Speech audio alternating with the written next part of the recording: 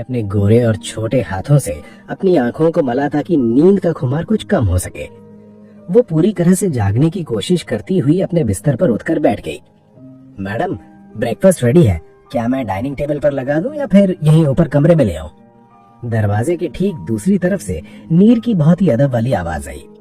मीर इस बहुत बड़े और आलीशान बंगले का इकलौता केयरटेकर था और वही तानिया की हर जरूरत का ख्याल रखता था। नहीं, खाना डाइनिंग टेबल पर ही लगा दो, मैं बस फ्रेश होकर आती हूँ। ठीक है मैडम। तानिया ने अपने पैरों से चादर को हटाया और अपने गर्म और मुलायम पैरों को कमरे के ठंडे फर्श पर टिका दिया। फर्श की ठंडक से उसके शरीर में एक हल्की सी सेरन दौड़ गई। वो अपनी जगह से उठी और कमरे में एक कोने में बनी बहुत बड़ी अलमारी के पास गई। वहां से उसने कुछ अपने लिए कपड़े निकाले और सीधे बाथरूम के अंदर चली गई। करीब आधे घंटे का वक्त बीत जाने के बाद बाथरूम का दरवाजा फिर से खुला। तानिया अपने काले और बहुत लंबे बालों को एक तौलिए से सुखाती हुई बाहर निकली। उसने एक बहुत ही हल्का और सादे नीले रंग का सलवार सूट पहना हुआ था जो उसके गोरे रंग पर बहुत जच रहा था। तानिया ने तौलिए से बालों को सुखाने वाली तौलिए को एक तरफ कुर्सी पर फेंक दिया और खुद कमरे में रखे बड़े से ड्रेसिंग टेबल के सामने जाकर बैठ गई। उसके लंबे और काले बाल अभी भी पूरी तरह से गीले थे। उन गीले बालों से पानी की छोटी छोटी और ठंडी बूंदें फिसलकर सीधे उसकी पतली और सुराहीदार गर्दन पर गिर रही थी। उफ! पानी की ठंडी बूंदों के स्पर्श से उसके मुंह से एक बहुत ही धीमी सी आवाज निकली। उसने अपने छोटे और कोमल हाथों को अपने गीले बालों के बीच डाला और उन्हें सुलझाने की कोशिश करने लगी। तानिया को अपने बाल ड्रायर की गर्म हवा से सुखाना बिल्कुल भी पसंद नहीं था। उसे अपने लंबे और काले बालों से बहुत ज्यादा प्यार था। हर लड़की को अपने बाल बहुत प्यारे होते हैं और तानिया भी उनमें से कुछ अलग नहीं थी। बालों को अच्छे से सुलझाने के बाद तानिया अपने कमरे से बाहर निकली और चौड़ी सीढ़ियों से होते हुए नीचे हॉल में आ गई। वो चलते हुए उस बहुत बड़े से डाइनिंग टेबल के बिल्कुल सामने आकर खड़ी हो गई। ये डाइनिंग टेबल जरूरत से ज्यादा बड़ा था। इस भारी और चमकदार लकड़ी के टेबल पर एक साथ 10 लोग बहुत ही आराम से बैठकर अपना खाना खा सकते थे। तानिया ने बहुत ही खामोशी के साथ टेबल के एक कोने वाली भारी कुर्सी को पीछे खिसकाया और उस पर बैठ गई। उसके सामने टेबल पर एक से बढ़कर एक स्वादिष्ट व्यंजनों की प्लेटें सजी हुई थीं। वहां इतना खाना रखा था कि किसी भी इंसान को देखकर ही मुंह में पानी आ जाए। लेकिन उस पूरे बड़े से हॉल में और उस 10 लोगों की जगह वाले डाइनिंग टेबल पर तानिया बिल्कुल अकेली बैठी हुई थी। उसके आसपास कोई दूसरा इंसान नहीं था जो उससे बात कर सके या उसके साथ खाना खा सके।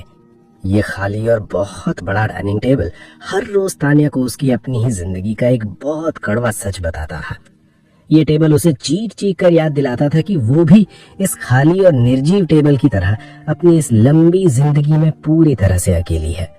अपना नाश्ता बहुत ही खामोशी के साथ खत्म करने के बाद तानिया वापस अपने कमरे में आ गई थी। वो अपने किंग साइज पलंग पर बहुत आराम से बैठी हुई थी।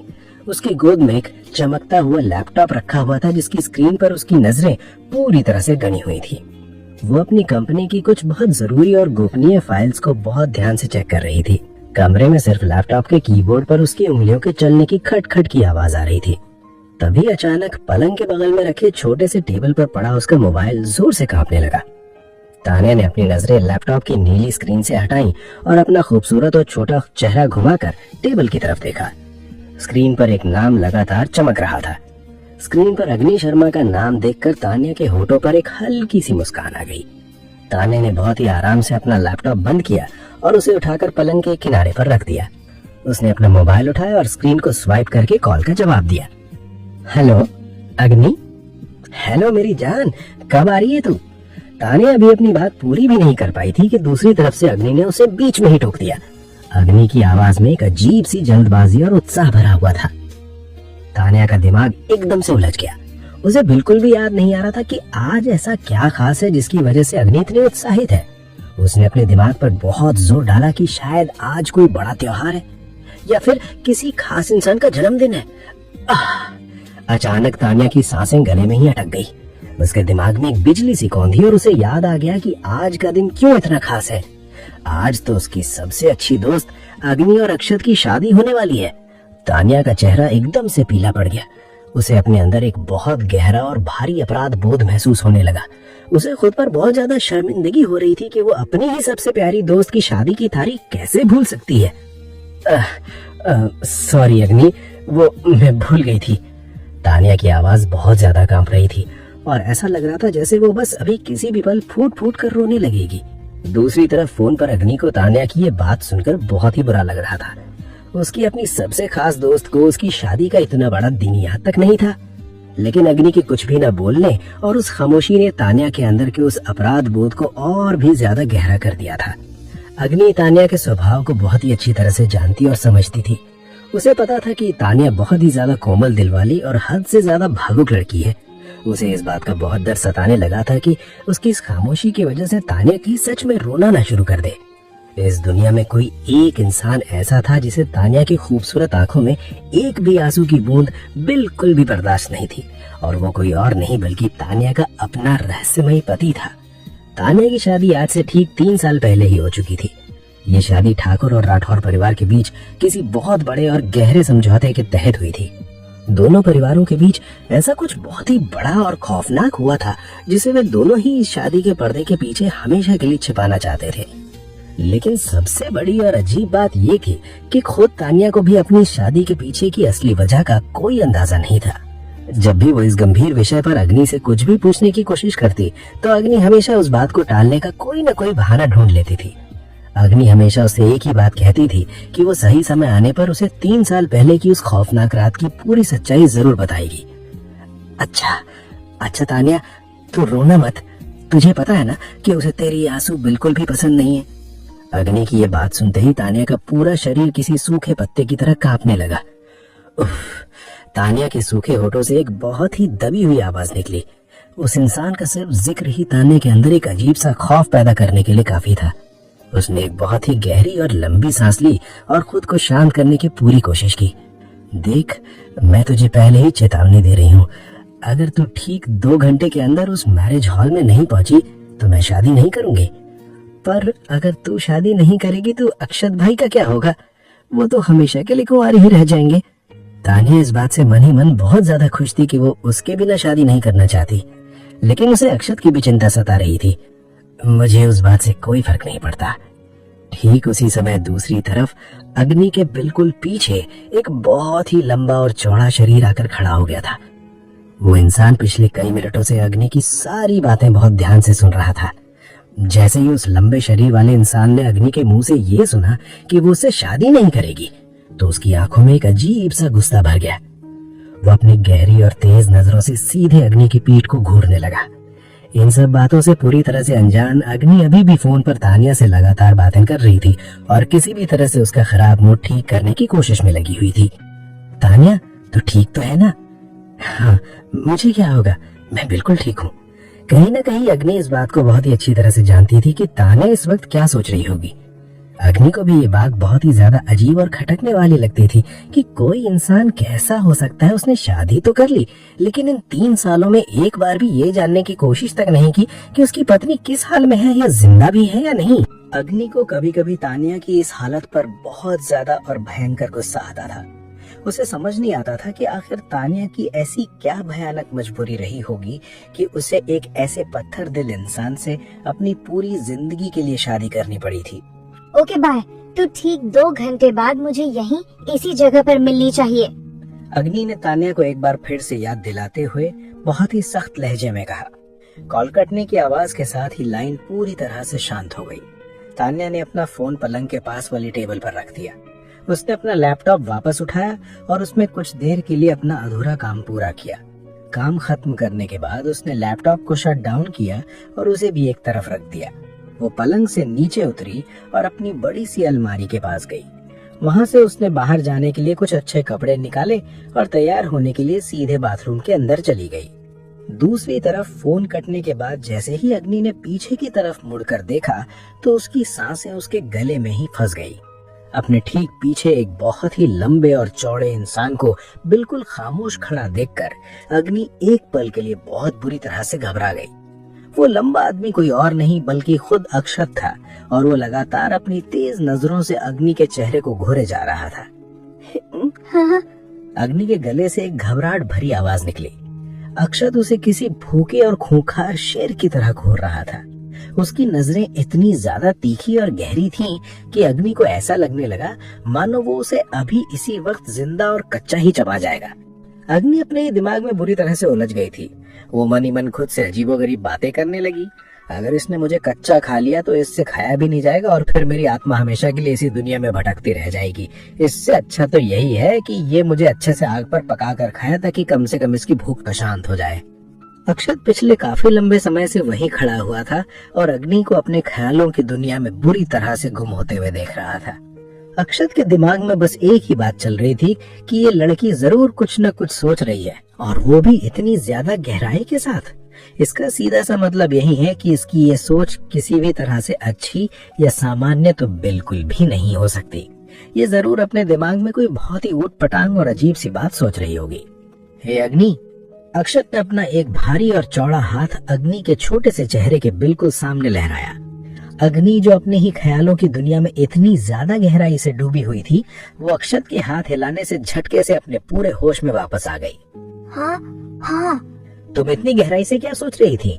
अक्षत ने अग्नि को अपनी बहुत ही शक भरी और तेज नजरों से देखते हुए एक सीधा सा सवाल पूछा। मैं कुछ नहीं। मैंने कहा ना, मैं कुछ भी नहीं सोच रही थी। आप ये बताओ कि आप मुझे इतनी देर से इस तरह घूर क्यों रहे थे?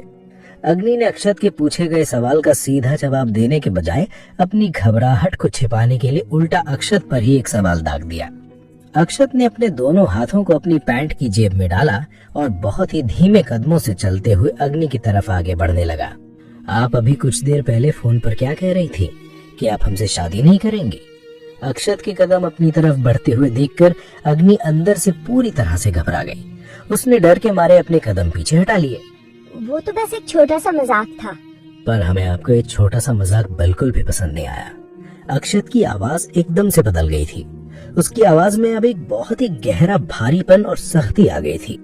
आप मजाक में भी हमसे इस तरह दूर होने की कोई भी बात अपने मुंह से नहीं बोल सकते। अक्षत ने बहुत ही ज्यादा गंभीर और सख्त लहजे में अपनी बात पूरी की। उसके इस पॉजिटिव और सख्त रवैये को देखकर अग्नि किसी बहुत ही छोटे और डरे हुए बच्चे की तरह अपना सर हाँ में हिलाने लगी। अक्षत की नजरों में अग्नि इस वक्त बहुत ही ज्यादा क्यूट और मासूम लग रही थी। अक्षत ने गले से एक बहुत ही धीमी और दबी हुई आवाज निकाली। उसने अपने मन ही मन एक लंबी सांस लेते हुए सोचा कि ये पागल लड़की एक न एक दिन मेरी जान लेकर ही मानेगी। और सबसे बड़ी विडंबना तो ये है कि मैं भी इसके इसी मासूम और प्यारे चेहरे पर फिदा हो गया था। दुनिया के एक बिल्कुल ही अलग और अनजान हिस्से में बहुत ही ऊंची और विशाल पहाड़ियों के बीच से एक बहुत ही तेज और भारी आवाज गूंज रही थी। ये आवाज हवा को चीरते हुए आगे बढ़ रहे एक बहुत बड़े चॉपर की थी। हमारे देश में और भी कई सारे बहुत ही खुफिया और गुप्त स्थान मौजूद है, लेकिन ये विशाल और खतरनाक जगह इस देश के सबसे ज्यादा गुप्त स्थानों में से एक मानी जाती है। इस जगह की गोपनीयता और खतरे का अनुमान सिर्फ इसी एक छोटी सी बात से लगाया जा सकता है कि यहाँ किसी भी आम आदमी तो दूर की बात, किसी बहुत बड़े सरकारी अफसर तक के आने की सख्त मनाही है। एक बहुत बड़ा और पूरी तरह से काले रंग का चॉपर उन विशाल और पथरीली पहाड़ियों के ठीक बीच से उड़ता हुआ आसमान की और भी ज्यादा ऊंचाई में जाने लगा था। उस खौफनाक चॉपर को देखकर ऐसा लग रहा था जैसे शैतानों का कोई बहुत बड़ा राजा अपने पूरे काले साम्राज्य को आसमान की ऊंचाई से निहारने के लिए निकला हो। अफ्रीका। गॉडफादर, आपने मुझे बुलाया? एक बहुत ही लंबा और मजबूत आदमी उस बड़े से कमरे का भारी दरवाजा खोलकर अंदर आते हुए बहुत ही अदब के साथ बोला। उस पूरे कमरे में सिर्फ एक बहुत ही हल्की सी रोशनी फैली हुई थी, जो सामने बनी एक बहुत बड़ी शीशे की खिड़की से छनकर अंदर आ रही थी। उस कमरे के अंदर शीशे की उस बहुत बड़ी खिड़की के बिल्कुल सामने एक आदमी पूरी तरह से शांत खड़ा हुआ था। वो आदमी उगते हुए सूरज को अपनी तेज लालिमा पूरे आसमान में बिखेरते हुए बहुत ही गहराई से देख रहा था। जो आदमी अभी भी दरवाजे से अंदर आया था, वो बिना कोई आवाज किए चलता हुआ गया और उस खिड़की के पास जाकर खड़े आदमी के ठीक बगल में जाकर पूरी तरह से सीधा और शांत खड़ा हो गया। कितना सुकून मिलता है सूरज को देखकर। बस इतना बोलने के बाद वो आदमी फिर से पूरी तरह से खामोश हो गया। वो बहुत ही शांति और धैर्य के साथ दूसरे आदमी के बोलने का इंतजार करने लगा। सूरज की वो तेज और लाल रोशनी खिड़की के पार से होती हुई सीधे उन दोनों आदमियों के चेहरों पर पड़ रही थी। उन दोनों के लंबे और चौड़े शरीरों की परछाई फर्श पर बहुत दूर तक खिंची हुई थी। सूरज की उस रोशनी में खिड़की के पास खड़े पहले आदमी के चेहरे पर लगा हुआ एक बहुत ही खास और चमक चमाते हुए सोने का मास्क चमक रहा था। वहीं दूसरी तरफ जो आदमी उसके ठीक बगल में खड़ा था, उसने अपने चेहरे पर एक बहुत ही चमकदार सिल्वर मास्क लगाया हुआ था। जिस आदमी ने अपने चेहरे पर वो गोल्डन मास्क लगाया हुआ था, वही इस पूरी खौफनाक दुनिया का गॉडफादर था। और जिस आदमी ने सिल्वर मास्क लगाया हुआ था, वो इस गॉडफादर का सबसे खास और सबसे वफादार दाएं हाथ था। सिल्वर मास्क गॉडफादर का हर एक छोटा बड़ा काम करता था। गॉडफादर का जो भी आदेश होता था, चाहे वो काम कैसा भी हो, जायज हो या नाजायज हो, या फिर किसी को इस दुनिया से हमेशा के लिए गायब करना हो, सिल्वर मास्क उसे बिना कोई सवाल किए पूरा करता था। मैं कुछ वक्त के लिए इंडिया जाना चाहता हूँ। गॉडफादर के गले से एक बहुत ही भारी और खौफनाक आवाज निकली। वो आवाज इतनी ज्यादा गहरी थी जो किसी भी आम इंसान के दिल में हमेशा के लिए खौफ भर दे। गॉडफादर के मुंह से इंडिया जाने की बात सुनकर सिल्वर मास्क अंदर से थोड़ा सा हैरान हो गया। अचानक से इंडिया क्यों जाना है? मैं तुम्हें बताना नहीं चाहता। ठीक है, आप मत बताओ, वैसे भी मुझे अपने आप मालूम तो पड़ ही जाएगा। गॉडफादर ने अपनी नजरें खिड़की से बाहर चमकते हुए सूरज पर ही गड़ा रखी थी। क्या उसने कोई खबर दी? कमरे में एक बहुत ही लंबी और भारी शांति छा गई। कुछ पलों के बाद उस सिल्वर मास्क वाले आदमी के गले से एक बहुत ही भारी और शांत आवाज कमरे में गूंजी। उसने एक गहरी और लंबी सांस ली और अपना सिर हल्का सा हिलाते हुए जवाब दिया, अब तक तो नहीं। एपिसोड 2, खौफ का साया और एक नई शुरुआत। मुंबई शहर का चौड़ा हाईवे गाड़ियों की रफ्तार से गूंज रहा था। दोपहर का वक्त होने के बावजूद आसमान में कुछ काले बादल छाए हुए थे, जिनकी वजह से शहर पर एक अजीब सी धुंध छाई हुई थी। उस तेज रफ्तार ट्रैफिक के बीच एक बिल्कुल काले रंग की चमकती हुई कार हाईवे की सड़क को चीरती हुई आगे बढ़ रही थी। कार के अंदर का माहौल बाहर के शोर शराबे से बिल्कुल अलग था। वहाँ एक ऐसा भारी सन्नाटा पसरा हुआ था जो किसी भी इंसान की सांसें रोकने के लिए काफी था। एसी की ठंडी हवा कार के अंदर एक बर्फीला एहसास पैदा कर रही थी। कार के शीशे पूरी तरह से काले थे, जिसकी वजह से बाहर की कोई भी रोशनी अंदर नहीं आ पा रही थी। पीछे की आरामदेह सीट पर एक 28 साल का नौजवान बिल्कुल शांत और स्थिर बैठा हुआ था। उसका गोरा रंग कार के उस गहरे अंधेरे में भी साफ चमक रहा था। उसने अपने शरीर पर एक बहुत ही महंगा और पूरी तरह से काले रंग का सूट पहना हुआ था। उस काले सूट के ऊपर एक काले रंग का ही भारी ब्लेजर था, जो उसकी चौड़ी छाती और मजबूत कंधों को और भी ज्यादा खतरनाक रूप दे रहा था। वो देवांश था। उसका पूरा वजूद ही किसी गहरे रहस्य और खौफ से भरा हुआ महसूस होता था। उसकी नजरें सीधे सामने की तरफ गड़ी हुई थी, लेकिन उन आंखों में कोई भाव नहीं था। वो बस एक खालीपन था जो किसी भी इंसान को अंदर तक डरा सकता था। देवांश के गले से एक बहुत ही धीमी और सर्द आवाज निकली। उसने अपने हाथ की महंगी घड़ी पर एक नजर डाली और फिर से अपनी आंखें सामने टिका दी। ड्राइविंग सीट पर बैठा विराट पिछले कई मिनटों से रियर व्यू मिरर के जरिए अपने बॉस के चेहरे को पढ़ने की नाकाम कोशिश कर रहा था। विराट के माथे पर पसीने की कुछ ठंडी बूंदें उभर आई थीं। देवांश के साथ एक ही कार में होना हमेशा से ही एक बहुत बड़े मानसिक दबाव का काम होता था। विराट ने गहरी सांस ली और अपनी हिम्मत जुटाते हुए बहुत ही धीमी और हिचकिचाती हुई आवाज में खामोशी को तोड़ने की कोशिश की। बॉस, दिल्ली की फ्लाइट में अभी बस 2 घंटे का ही वक्त बाकी है। देवांश ने विराट की इस बात का कोई जवाब नहीं दिया। उसने अपनी पलकें तक नहीं झपकाई। कार के अंदर का वो भारी सन्नाटा और भी ज्यादा गहरा हो गया। विराट की धड़कनें तेज होने लगी थी। वो जानता था कि देवांश को बिना मांगे सलाह देना कितना बड़ा खतरा हो सकता है, लेकिन उसका फर्ज उसे बोलने पर मजबूर कर रहा था। आप सुबह से लगातार काम कर रहे हैं बॉस, और आपने सुबह से कुछ खाया भी नहीं है। अगर आप कहें तो मैं किसी अच्छे से रेस्टोरेंट के सामने कार रोक दूं। विराट की आवाज में एक बहुत ही गहरी घबराहट साफ झलक रही थी। उसे डर था कि कहीं उसका ये सुझाव देवांश के उस भयानक और खामोश गुस्से को भड़का न दे। देवांश ने धीरे से अपनी गर्दन को घुमाया और अपनी उन ठंडी आंखों से रियर व्यू मिरर में सीधे विराट की आंखों में देखा। विराट को ऐसा लगा जैसे किसी ने उसकी रीढ़ की हड्डी पर बर्फ का कोई बहुत बड़ा टुकड़ा रख दिया हो। वो तुरंत अपनी नजरें चुराकर वापस सड़क पर देखने लगा। होटल चलो, 5 स्टार होटल। देवांश की आवाज में कोई भाव नहीं था। वो आवाज इतनी ज्यादा सपाट और ठंडी थी कि उसने विराट के शरीर में एक अजीब सी सिहरन पहना कर दी थी। देवांश ने किसी रेस्टोरेंट का नाम नहीं लिया था, लेकिन विराट बहुत अच्छी तरह से जानता था कि देवांश किस होटल की बात कर रहा है। यस बॉस, विराट ने बस इतना ही कहा और कार के स्टीयरिंग व्हील को पूरी ताकत से घुमाते हुए कार की दिशा उस 5 स्टार होटल की तरफ मोड़ दी। दूसरी तरफ मुंबई के एक बहुत ही बड़े और शानदार 5 स्टार होटल के सबसे ऊपरी फ्लोर पर जश्न का माहौल था। आज वॉर कंपनी की एक बहुत ही बड़ी और खास सक्सेस पार्टी वहां आयोजित की जा रही थी। इस पार्टी में वॉर कंपनी के लगभग सारे ही कर्मचारी और कुछ बहुत ही खास और रसूखदार लोग शामिल थे। आज के दिन इस पूरी वॉर कंपनी ने इस 5 स्टार होटल के इस पूरे फ्लोर को बुक किया हुआ था। हॉल के अंदर रोशनी बहुत ही धीमी और रंगीन थी। हवा में महंगी शराब और महंगे परफ्यूम की एक नशीली सी महक घुली हुई थी। हर तरफ लोगों का हुजूम था। लगभग सभी लोगों के हाथों में शराब के महंगे गिलास पकड़े हुए थे।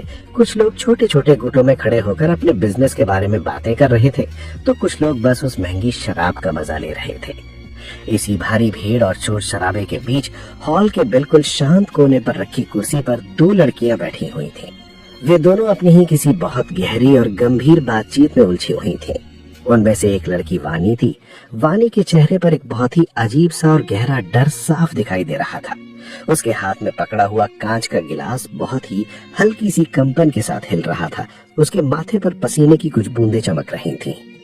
उसके ठीक बगल में बैठी दूसरी लड़की प्रिंसी थी, जो वानी की सबसे अच्छी और खास दोस्त थी। प्रिंसी के चेहरे पर कोई डर नहीं था। वो बहुत ही आराम से अपनी शराब का घूंट ले रही थी और वानी की इस घबराहट को देखकर हल्की सी झुंझलाहट महसूस कर रही थी। ओफो वानी, तू खामखा इतना ज्यादा डर रही है। प्रिंसी ने अपना गिलास टेबल पर रखते हुए वानी की तरफ देखा और उसे समझाने की कोशिश करने लगी। नहीं नहीं, तू डर मत मेरी जान। देवांश के पास इस दुनिया में और भी बहुत सारे जरूरी काम है। वो इस छोटी सी पार्टी में अपना वक्त बर्बाद करने के लिए बिल्कुल नहीं आएगा। प्रिंसी ने बहुत ही विश्वास के साथ ये बात कही थी। वो अपनी तरफ से पूरी कोशिश कर रही थी कि वानी के अंदर बैठा हुआ वो खौफ किसी भी तरह से बाहर निकल जाए। प्रिंसी की इस बात का असर वानी पर थोड़ा बहुत जरूर हुआ। वानी ने एक बहुत ही लंबी और कांपती हुई सांस ली। उसने अपने कांपते हुए हाथों से मेज पर गिलास को रखा और खुद को थोड़ा सा सहज करने की कोशिश की। नहीं नहीं वानी, तू आखिर उस इंसान से इतना ज्यादा डर क्यों रही है?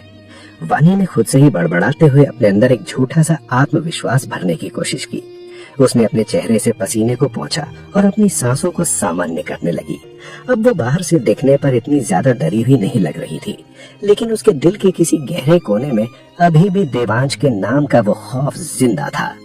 हॉल के बिल्कुल बीचों बीच बने एक बहुत ही बड़े और शानदार बार काउंटर के पास हीर और रोहन खड़े थे। हीर और रोहन दोनों ही देवांश के कॉलेज के जमाने के बहुत अच्छे दोस्त थे। हालांकि वक्त के साथ साथ उन दोनों की दोस्ती देवांश से कुछ ज्यादा ही आगे बढ़ चुकी थी और अब वे केवल दोस्त नहीं रहे थे। लेकिन इसके बावजूद देवांश अपने इस नए और खौफनाक रूप में बहुत ही कम ऐसा होता था कि वो हीर या रोहन से सीधे तौर पर मुलाकात करता हो। वो हमेशा खुद को सबसे अलग और एक अजीब से अंधेरे में रखना ही पसंद करता था।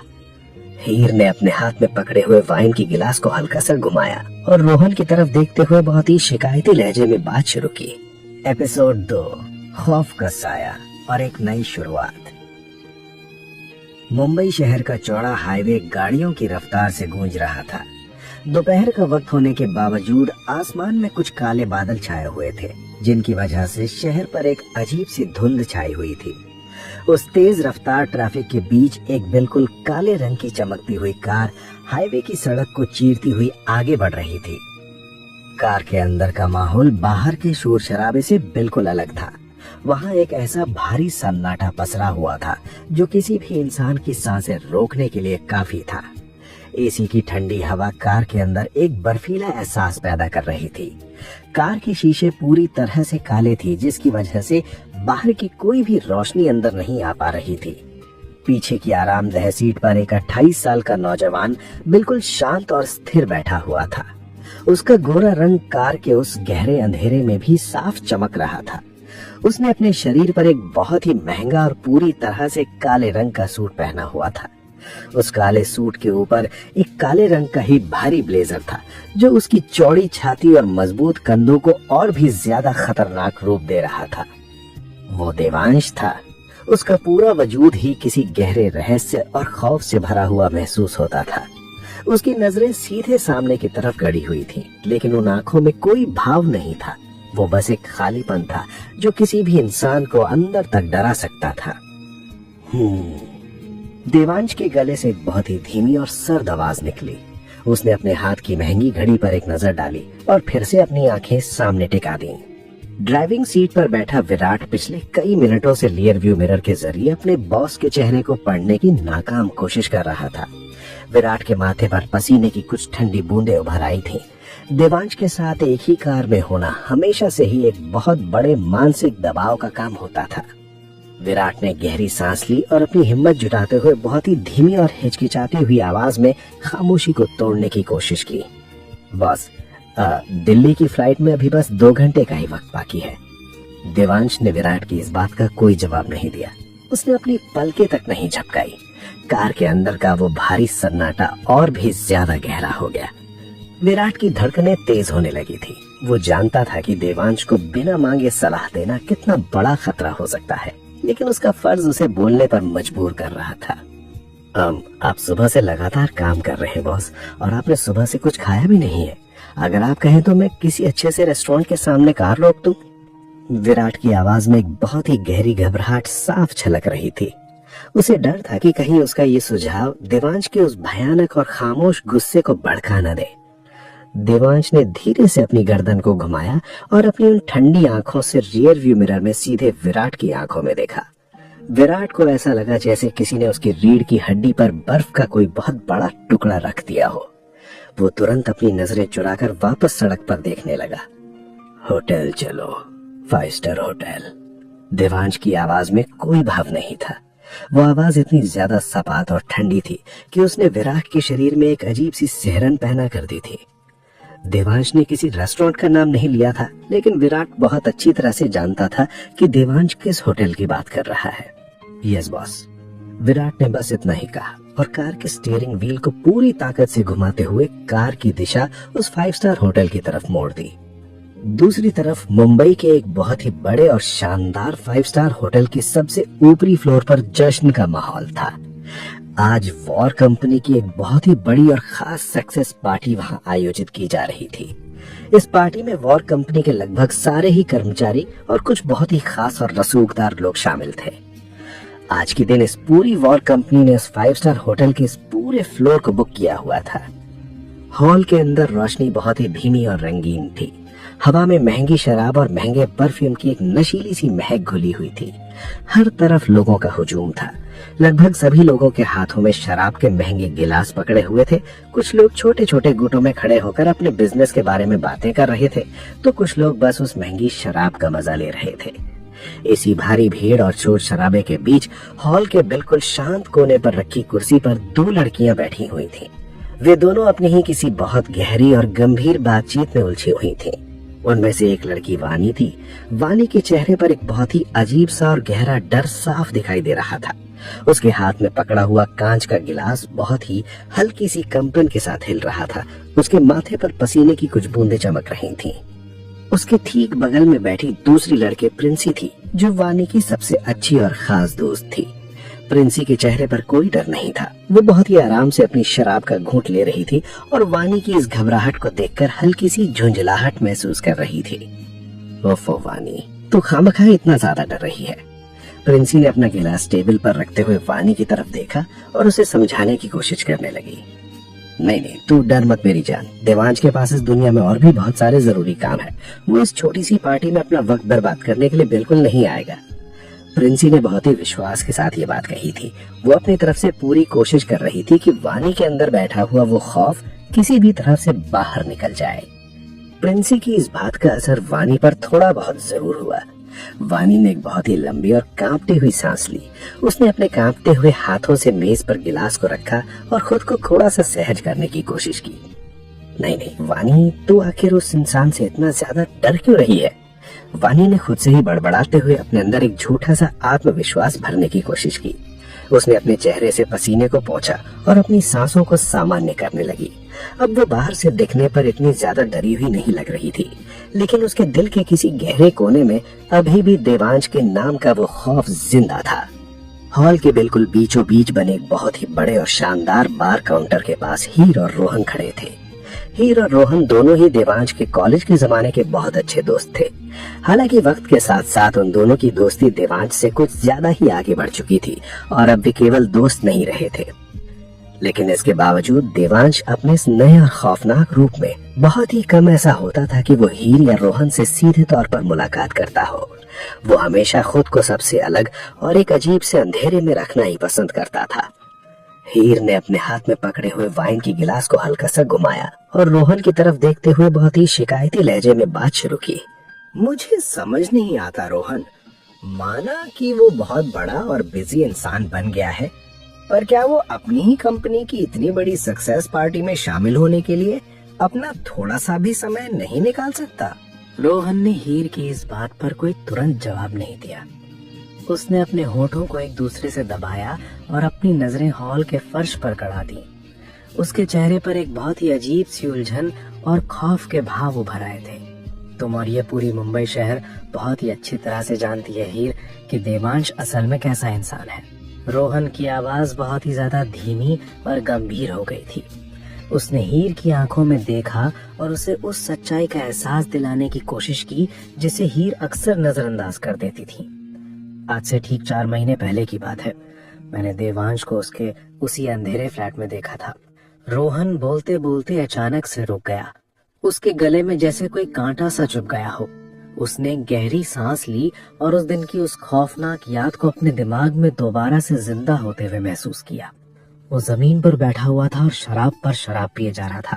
उसके आसपास कांच की कई सारी खाली बोतलें बिखरी पड़ी थी। उसका पूरा मूड और उसका पूरा वजूद उस वक्त बहुत ही ज्यादा खराब और खतरनाक लग रहा था। रोहन के गले से उस खौफनाक याद को ताजा करते हुए एक बहुत ही भारी आवाज निकली।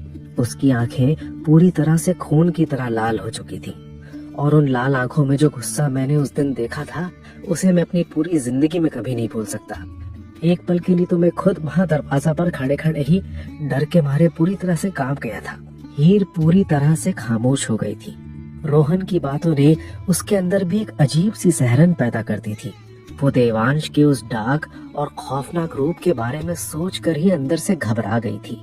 उसी वक्त होटल के शानदार कांच वाले दरवाजे के ठीक सामने देवांश की वो काले रंग की चमकता उड़ती ही कार आकर रुकी।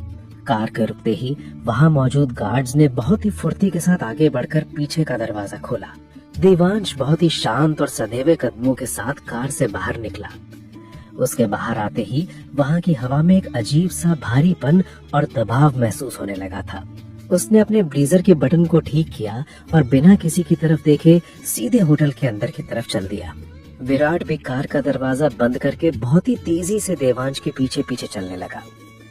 होटल की लॉबी में मौजूद हर एक इंसान की नजर उस लंबे और खौफनाक शख्स पर जाकर टिक गई थी। देवांश की वो खामोशी और ठंडी एंट्री ही उस पूरी पार्टी के शोर को खत्म करने के लिए काफी थी। देवांश सीधे लिफ्ट की तरफ बढ़ा और उसके अंदर दाखिल हो गया। विराट भी उसके पीछे ही लिफ्ट में आ गया। विराट ने अपने कांपते हुए हाथों से लिफ्ट के पैनल पर 15वें फ्लोर का बटन दबा दिया। लिफ्ट के दरवाजे बहुत ही खामोशी से बंद हो गए और लिफ्ट धीरे धीरे ऊपर की तरफ जाने लगी। लिफ्ट के अंदर का वो छोटा सा केबिन देवांश की उस खौफनाक मौजूदगी से और भी ज्यादा छोटा और घुटनदारा महसूस होने लगा था। लिफ्ट के पैनल पर जलती हुई लाल रंग की लाइट लगातार बदल रही थी। 1, 2, 3, 4 लिफ्ट एक एक करके सारे नीचे के फ्लोर्स को पीछे छोड़ते हुए लगातार ऊपर की तरफ बढ़ रही थी। विराट की सांसें बहुत ही ज्यादा तेज हो चुकी थी। वो अपनी नजरें लिफ्ट के फर्श से ऊपर उठाने की हिम्मत भी नहीं कर पा रहा था। उसे ऐसा लग रहा था जैसे ये लिफ्ट का सफर कभी खत्म ही नहीं होगा। 15वें फ्लोर पर पहुंचकर लिफ्ट एक बहुत ही हल्की सी आवाज के साथ रुकी। दरवाजे के स्टील के भारी दरवाजे धीरे धीरे खुलने लगे। दरवाजे के खुलते ही हॉल में बज रहा वो तेज म्यूजिक देवांश के कानों में टकराया। लेकिन देवांश की उस फ्लोर पर कदम रखते ही जैसे वहां का पूरा माहौल ही अचानक से बदल गया था। जिन लोगों की नजरें लिफ्ट की तरफ गई थीं, वे पूरी तरह से बुत बनकर अपनी जगह पर ही जम गए थे। देवांश की वो खामोश और ठंडी एंट्री ही उस पूरी पार्टी के शोर को खत्म करने के लिए काफी थी। दूसरी तरफ शहर के बिल्कुल अलग और शांत हिस्से में तानी अपने उस बड़े से बंगले के कमरे में मौजूद थी। कमरे का माहौल बहुत ही ज्यादा शांत और ठहरा हुआ था। बाहर से आने वाली सूरज की हल्की सी रोशनी कमरे के फर्श पर एक बहुत ही खूबसूरत सा पैटर्न बना रही थी। लेकिन तानिया के दिमाग में इस वक्त एक अजीब सी हलचल मची हुई थी। वो अपने किंग साइज पलंग के ठीक सामने खड़ी थी। पलंग के ऊपर कई सारे महंगे और खूबसूरत कपड़े बिखरे पड़े थे। तानिया की नजरें दीवार पर टंगी हुई उस बड़ी सी घड़ी पर टिकी हुई थी, जिसकी सुइयां बहुत तेजी से आगे बढ़ रही थीं। उसके पास तैयार होने के लिए अब बहुत ही कम वक्त बचा था। अग्नि की वो धमकी उसके दिमाग में बार बार गूंज रही थी। अगर वो समय पर नहीं पहुंची तो अग्नि सच में अपनी शादी तोड़ देगी, और तानिया ऐसा बिल्कुल नहीं चाहती थी। तानिया ने बहुत ही घबराहट में अपने बिखरे हुए कपड़ों में से एक बहुत ही खूबसूरत और हल्के गुलाबी रंग का भारी लहंगा उठाया। उस लहंगे पर बहुत ही बारीक और कीमती मोतियों का काम किया गया था। उसने जल्दी से उस लहंगे को पहना और अपने कमरे के उस बहुत बड़े से ड्रेसिंग टेबल के सामने आकर खड़ी हो गई। आईने में उसका वो गोरा और मासूम सा चेहरा बहुत ही ज्यादा डरावा और थका हुआ सा लग रहा था। उफ! तानिया के गले से एक हल्की सी झुंझलाहट वाली आवाज निकली जब वो अपने लहंगे की भारी डोरी को बांधने की कोशिश कर रही थी। डोरी के सिरे पर लगे हुए भारी लटकन उसकी मुलायम कमर की त्वचा पर चुभ रहे थे। उसने गहरी सांस ली और बहुत ही सावधानी के साथ उस डोरी को बांधा। इसके बाद उसने अपने लिए कुछ बहुत ही हल्के और साधारण से गहने चुने। उसने अपने कानों में लंबे झुमके पहने और अपने हाथों में कुछ कांच की चूड़ियां डाल ली। जब वो आईने के सामने पूरी तरह से तैयार होकर खड़ी हुई तो वो किसी अप्सरा से कम नहीं लग रही थी। उसका वो साधारण सा रूप भी किसी भी इंसान को अपना दीवाना बनाने के लिए काफी था। लेकिन तानिया की अपनी आंखों में कोई चमक नहीं थी। उन खूबसूरत आंखों में बस एक गहरा और खालीपन था। वो अपनी सबसे अच्छी दोस्त की शादी में जा रही थी, लेकिन उसके अंदर कोई खुशी या उत्साह नहीं था। उसे इस बात का बहुत ही गहरा दुख था कि इस इतने बड़े घर में उसकी तारीफ करने वाला या उसे देखने वाला कोई भी अपना इंसान मौजूद नहीं है। उसने अपनी आंखें बंद की और अपने दिल के उस खालीपन को दबाने की कोशिश की। अचानक उसे अपने आसपास की हवा में एक बहुत ही अजीब सी और ठंडी महक महसूस हुई। ये बिल्कुल वैसी ही महक थी जो कल रात उस काले साए के कमरे में आने पर महसूस हुई थी। तानिया का पूरा शरीर एकदम से सतर्क हो गया। उसने झटके से अपनी आंखें खोली और आईने के जरिए अपने पूरे कमरे को देखा, लेकिन वहां उसके अलावा कोई और नहीं था। वो महक भी अब धीरे धीरे गायब हो चुकी थी। शायद ये सिर्फ उसका अपना ही कोई वहम था। उसने अपने इस अजीब से ख्याल को झटका दिया और अपना छोटा सा क्लच उठाकर बहुत ही तेजी से कदमों के साथ अपने कमरे से बाहर निकल गई। बंगले के बाहर नीर पहले से ही कार का दरवाजा खोलकर उसका इंतजार कर रहा था। तान्या बिना कुछ कहे चुपचाप कार की पिछली सीट पर जाकर बैठ गई। नीर ने बहुत ही अदब के साथ दरवाजा बंद किया और खुद ड्राइविंग सीट पर आकर कार को स्टार्ट कर दिया। कार बहुत ही तेज रफ्तार के साथ उस सर्व मैरिज हॉल की तरफ बढ़ने लगी। तान्या ने अपना सिर कार की खिड़की के ठंडे कांच पर टिका दिया और बाहर भागते हुए शहर के नजारों को खाली आंखों से देखने लगी। करीब 45 मिनट के लंबे और खामोश सफर के बाद तान्या की कार उस बहुत ही बड़े और शानदार सर्व मैरिज हॉल के मुख्य द्वार पर आकर रुक गई। मैरिज हॉल को किसी राजा के महल की तरह सजाया गया था। हर तरफ हजारों की तादाद में रंग बिरंगी लाइटें जगमगा रही थी। हवा में ताजे गेंदे और गुलाब के फूलों की महक घुली हुई थी। बैंड बाजे का तेज और खुशनुमा शोर पूरे माहौल में एक अजीब सी ऊर्जा भर रहा था। तान्या ने कार का दरवाजा खोला और बाहर कदम रखा। उस भारी भीड़ और शोर शराबे के बीच वो खुद को बहुत ही ज्यादा अकेला और अलग थलग महसूस कर रही थी।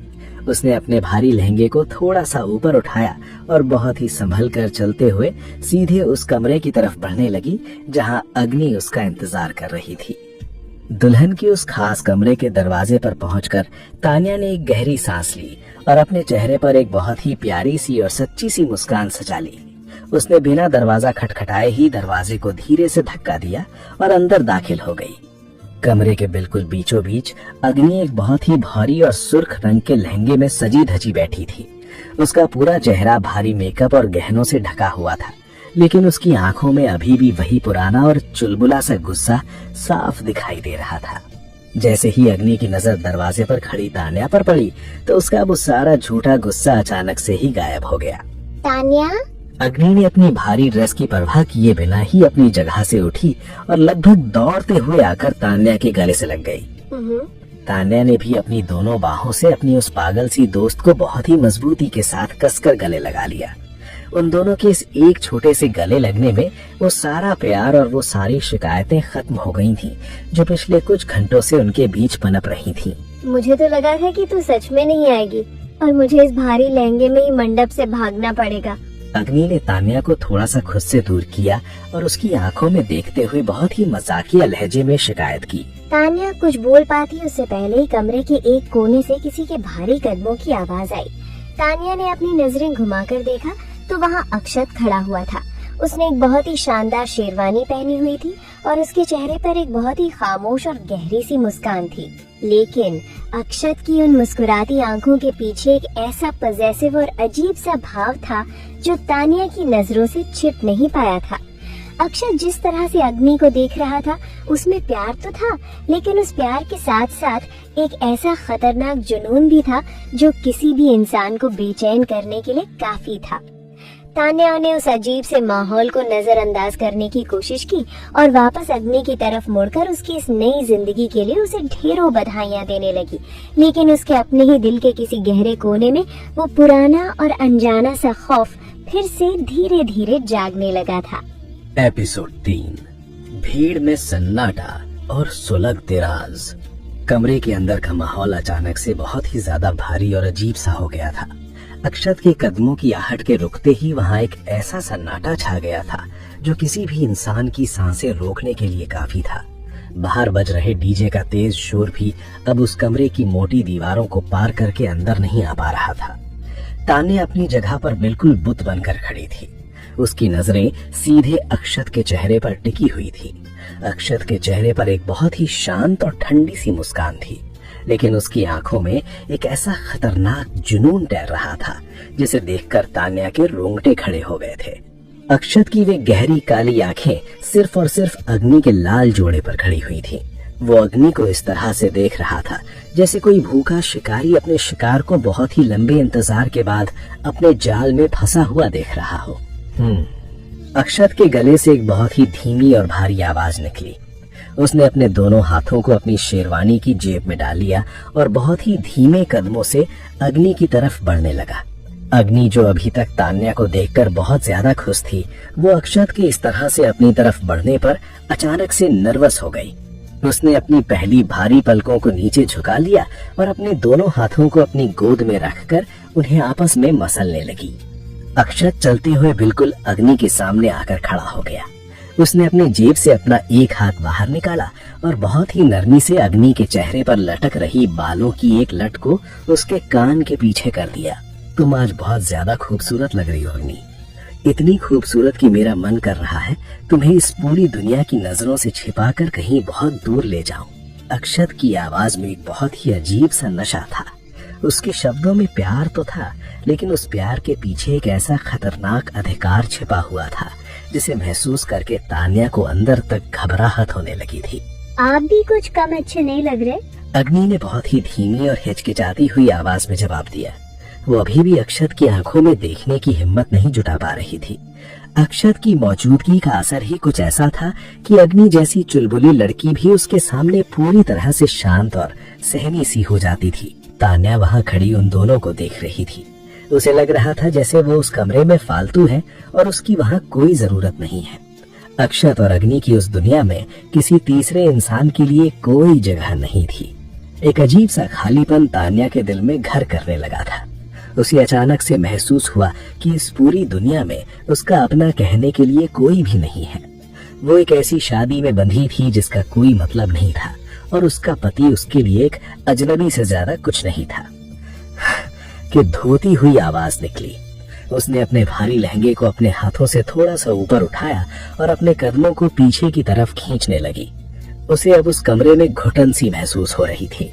मैं बाहर जाकर देखती हूँ कि मंडप की तैयारियां कहाँ तक पहुँची है, तान्या ने बहुत ही धीमी और कांपती हुई आवाज में कहा और बिना अक्षत या अग्नि के जवाब का इंतजार किए तेजी से मुड़कर कमरे से बाहर निकल गई।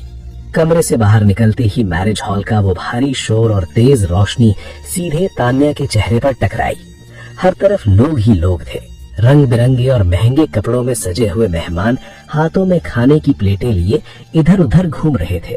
चारों तरफ हंसी और ठहाकों की आवाजें गूंज रही थीं। लेकिन तानिया के लिए वो सारा शोर किसी भयानक सन्नाटे की तरह था। उस भारी भीड़ के बीच भी वो खुद को एक बिल्कुल अलग और सुनसान टापू पर खड़ा हुआ महसूस कर रही थी। उसने अपने दोनों हाथों से अपनी रेशमी चुन्नी को कसकर पकड़ लिया। उसकी उंगलियों के पोर उस चुन्नी को इतनी जोर से पकड़ने की वजह से बिल्कुल सफेद पड़ने लगे थे। उसकी बड़ी और खूबसूरत आंखों में एक अनजाना सा दर्द तैरने लगा था। वो धीरे धीरे चलती हुई उस भारी भीड़ से दूर जाने की कोशिश करने लगी। वो चलते हुए हॉल के एक बहुत ही शांत और खाली कोने में आ गई, जहाँ एक बड़ी सी बालकनी बनी हुई थी। बालकनी के कांच के दरवाजे खुले हुए थे और बाहर से ठंडी हवा अंदर आ रही थी।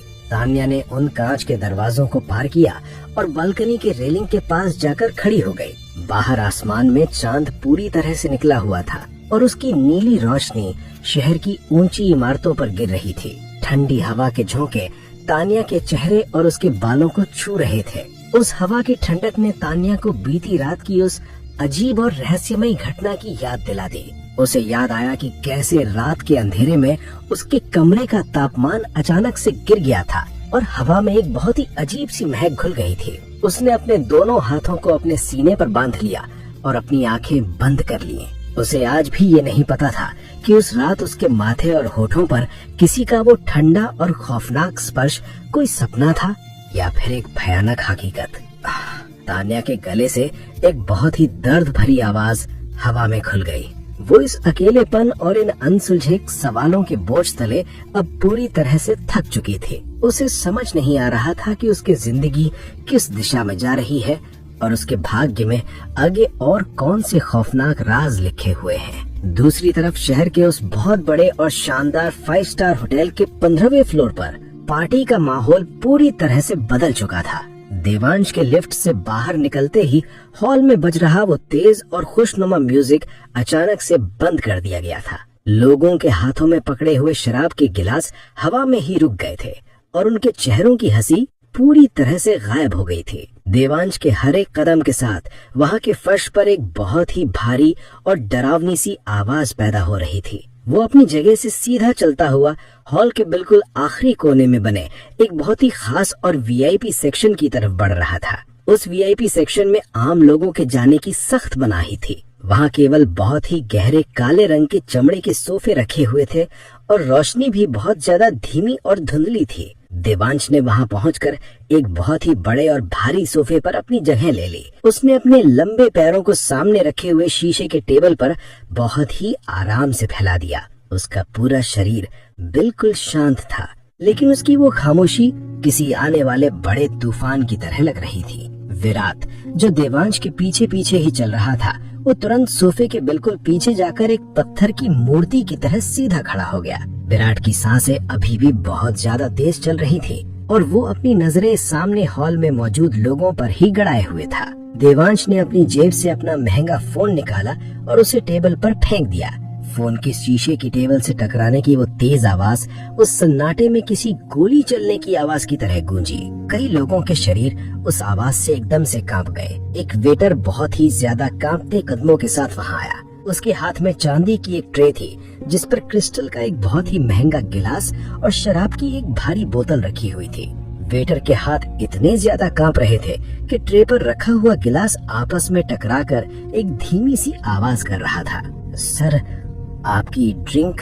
वेटर की आवाज उसके गले में ही अटक रही थी। उसने बहुत मुश्किल से वो ट्रे टेबल पर रखी और बिना देवांश की तरफ देखे वहाँ से तेजी से गायब हो गया। देवांश ने अपना दायां हाथ आगे बढ़ाया और उस क्रिस्टल के भारी गिलास को अपनी लंबी और मजबूत उंगलियों के बीच फंसा लिया। गिलास के अंदर मौजूद भूरे रंग की वो नशीली शराब बहुत ही ज्यादा ठंडी थी। उसमें तैर रहे बर्फ के टुकड़ों की खनक देवांश के कानों में एक अजीब सी गूंज पैदा कर रही थी। उसने उस गिलास को अपने होठों से लगाया और बिना कोई भाव बदले उस जलती हुई और कड़वी शराब को एक ही बार में अपने गले के नीचे उतार लिया। शराब की वो तेज जलन उसके सीने में आग लगा रही थी, लेकिन देवांश को उस आग से कोई फर्क नहीं पड़ रहा था। उसके अंदर एक ऐसा भयानक खालीपन था जिसे दुनिया की कोई भी शराब या कोई भी ताकत नहीं भर सकती थी।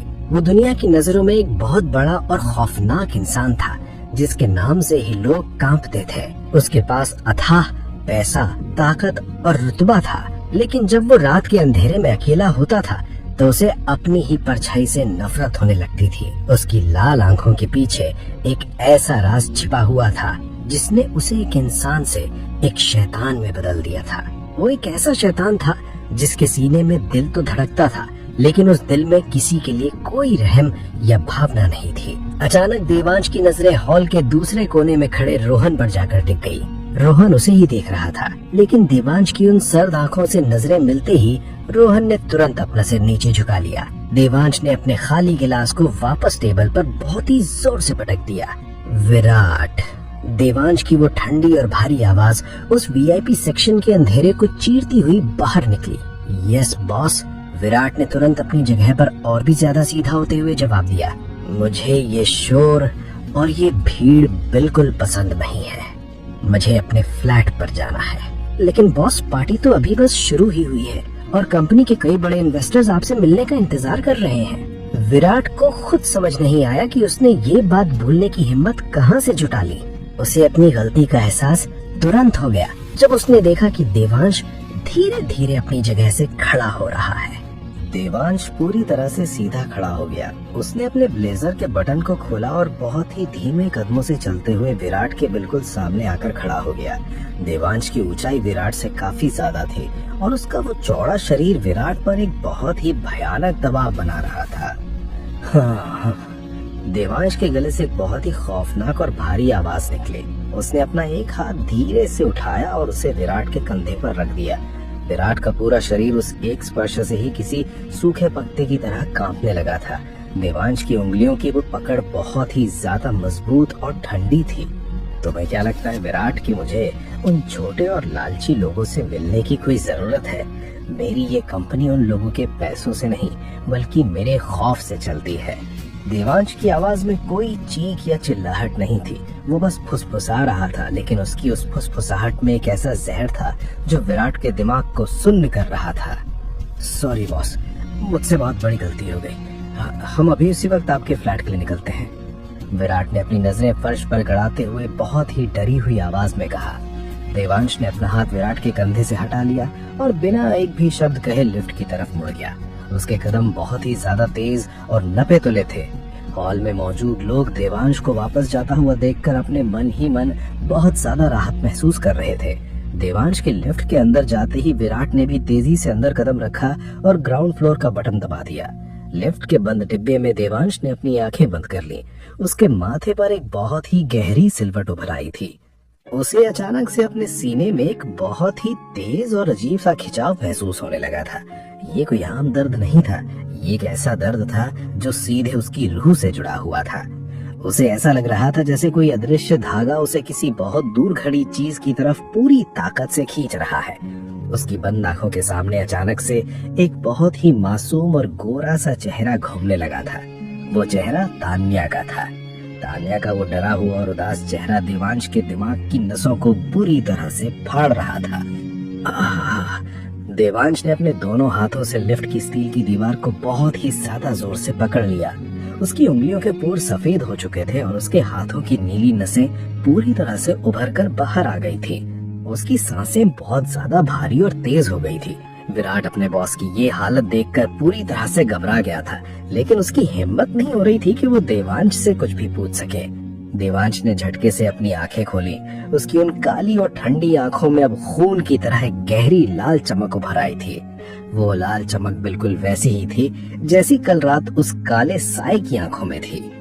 ग्राउंड फ्लोर पर लिफ्ट का दरवाजा खुला और देवांश किसी तेज आंधी की तरह वहां से बाहर निकला। वो सीधा अपनी उस काले रंग की कार की तरफ बढ़ा और पीछे का दरवाजा खोलकर अंदर बैठ गया। विराट ने भी दौड़ते हुए ड्राइविंग सीट संभाली और कार के इंजन को पूरी ताकत के साथ चालू कर दिया। कार के पहियों ने सड़क पर एक बहुत ही तेज आवाज की और कार रात के उस अंधेरे में काले तीर की तरह आगे बढ़ गई। सड़क पर गाड़ियों की संख्या बहुत कम हो चुकी थी। देवांश की कार शहर की खाली सड़कों को चीरती हुई बहुत ही तेज रफ्तार से आगे भाग रही थी। देवांश ने अपनी गर्दन को पीछे की तरफ टिका लिया और अपनी आंखें बंद कर ली। उसकी सांसों का वो भारीपन अभी भी कम नहीं हुआ था। उसे ऐसा लग रहा था जैसे वो हवा में मौजूद किसी बहुत ही खास महक को महसूस कर सकता है। वो महक उसे किसी की मौजूदगी का एहसास दिला रही थी। कार अचानक से एक बहुत बड़े और जगमगाते हुए मैरिज हॉल के सामने से गुजरी। ये वही मैरिज हॉल था जहां अग्नि और अक्षत की शादी हो रही थी। ठीक उसी पल मैरिज हॉल की उस शांत बालकनी में खड़ी तान्या के शरीर में एक बहुत ही तेज और अनजानी सी सिहरन दौड़ गई। उसने अपनी आंखें खोली और झटके से नीचे सड़क की तरफ देखा। सड़क पर सिर्फ एक काले रंग की कार बहुत ही तेज रफ्तार से आंखों से ओझल हो रही थी। तान्या की नजरें उस कार के पीछे वाले काले शीशे पर जाकर टिक गई। उसे एक पल के लिए ऐसा लगा जैसे उस कार के अंदर मौजूद कोई इंसान उसे ही देख रहा है।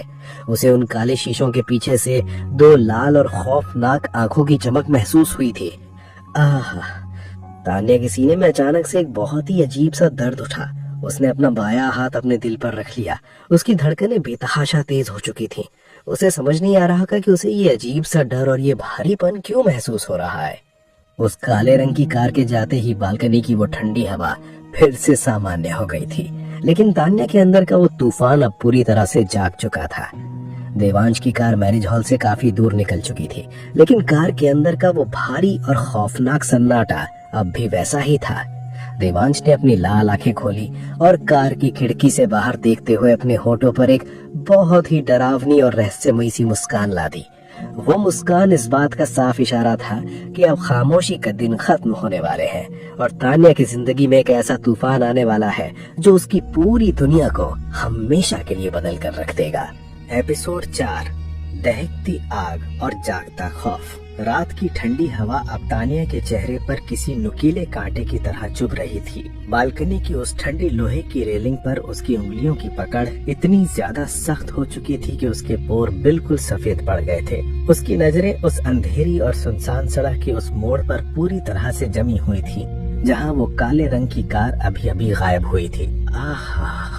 तान्या के कांपते होठों से एक बहुत ही दर्द भरी और खौफनाक आवाज निकली। उसकी सांसें उसके सीने में किसी भारी पत्थर की तरह अटक गई थीं। उसे अभी भी अपनी आंखों पर बिल्कुल भी यकीन नहीं हो रहा था। उन काले शीशों के पीछे से झांकती हुई वो दो खौफनाक लाल आंखें उसके दिमाग की नसों को बुरी तरह से सुन कर रही थी। वो कोई वहम नहीं था, वो महक, वो भारीपन और वो खौफनाक एहसास बिल्कुल सच था। वही एहसास जो उसने कल रात अपने बंद कमरे के गहरे अंधेरे में महसूस किया था। तान्या का पूरा शरीर किसी सूखे पत्ते की तरह बहुत ही बुरी तरह से कांपने लगा था। उसने अपना बायां हाथ अपने सीने पर रखा जहां उसका दिल बहुत ही खौफनाक रफ्तार से धड़क रहा था। धड़कनों की वो तेज आवाज उसे अपने ही कानों में बहुत साफ सुनाई दे रही थी। हवा में अभी भी उस अजीब सी नमी और खतरे की महक बाकी थी जिसने तान्या के पूरे वजूद को अंदर तक हिला के रख दिया था। वो धीरे धीरे पीछे की तरफ हटने लगी। उसके कदम इतने ज्यादा भारी हो गए थे जैसे किसी ने उसके पैरों में लोहे की जंजीरें बांध दी हों। उसे इस वक्त उस बालकनी के खुले और खालीपन से बहुत ज्यादा डर लग रहा था। उसे ऐसा महसूस हो रहा था जैसे वो लाल आंखों वाला साया अभी भी कहीं आसपास ही मौजूद है और उसे लगातार देख रहा है। उसने एक बहुत ही गहरी और लंबी सांस ली और अपनी आंखों को कसकर बंद कर लिया। उसने खुद को समझाने की बहुत कोशिश की कि ये सिर्फ उसकी थकावट और अकेलेपन का नतीजा है। शहर की इस तेज रफ्तार जिंदगी में और उस भारी ट्रैफिक के बीच किसी काले साए या लाल आंखों का होना मुमकिन नहीं था। उफ!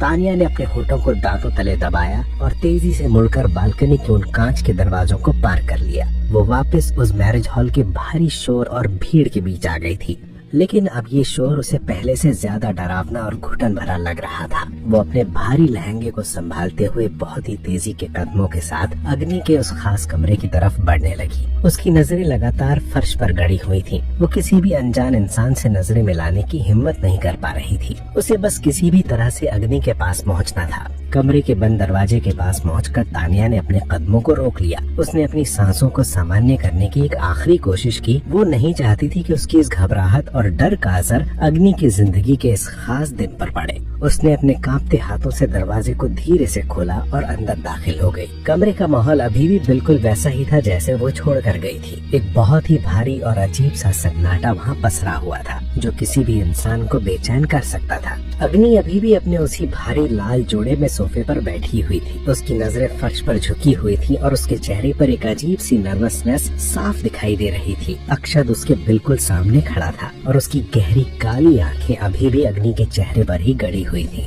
शहर के सबसे शांत और पॉश इलाके में स्थित उस बहुत बड़ी और ऊंची इमारत के बेसमेंट में एक काले रंग की चमकचमाती कार आकर रुकी। कार के रुकते ही विराट ने बहुत ही फुर्ती के साथ अपनी पीछे की सीट से छलांग लगाई और पीछे का दरवाजा खोल दिया। बेसमेंट में रोशनी बहुत कम थी और वहां की हवा में सीलन की एक अजीब सी महक घुली हुई थी। देवांश बहुत ही खामोशी के साथ कार से बाहर निकला। उसके बाहर आते ही बेसमेंट के उस बंद और अंधेरे माहौल में एक बहुत ही भयानक और भारी दबाव पैदा हो गया। देवांश के चेहरे पर अभी भी वही खतरनाक खामोशी थी, लेकिन उसकी आंखों में सुलगती हुई वो लाल चमक अब पहले से कहीं ज्यादा गहरी हो चुकी थी। देवांश सीधे उस प्राइवेट लिफ्ट की तरफ बढ़ा जो सीधे उसके पेंट हाउस तक जाती थी। उसके कदमों की आहट उस खाली बेसमेंट में एक अजीब सी गूंज पैदा कर रही थी। विराट बहुत ही डरे हुए कदमों के साथ देवांश के पीछे चल रहा था। लिफ्ट के पास पहुंचकर देवांश ने अपना हाथ उठाया और पैनल पर अंगूठा रख दिया।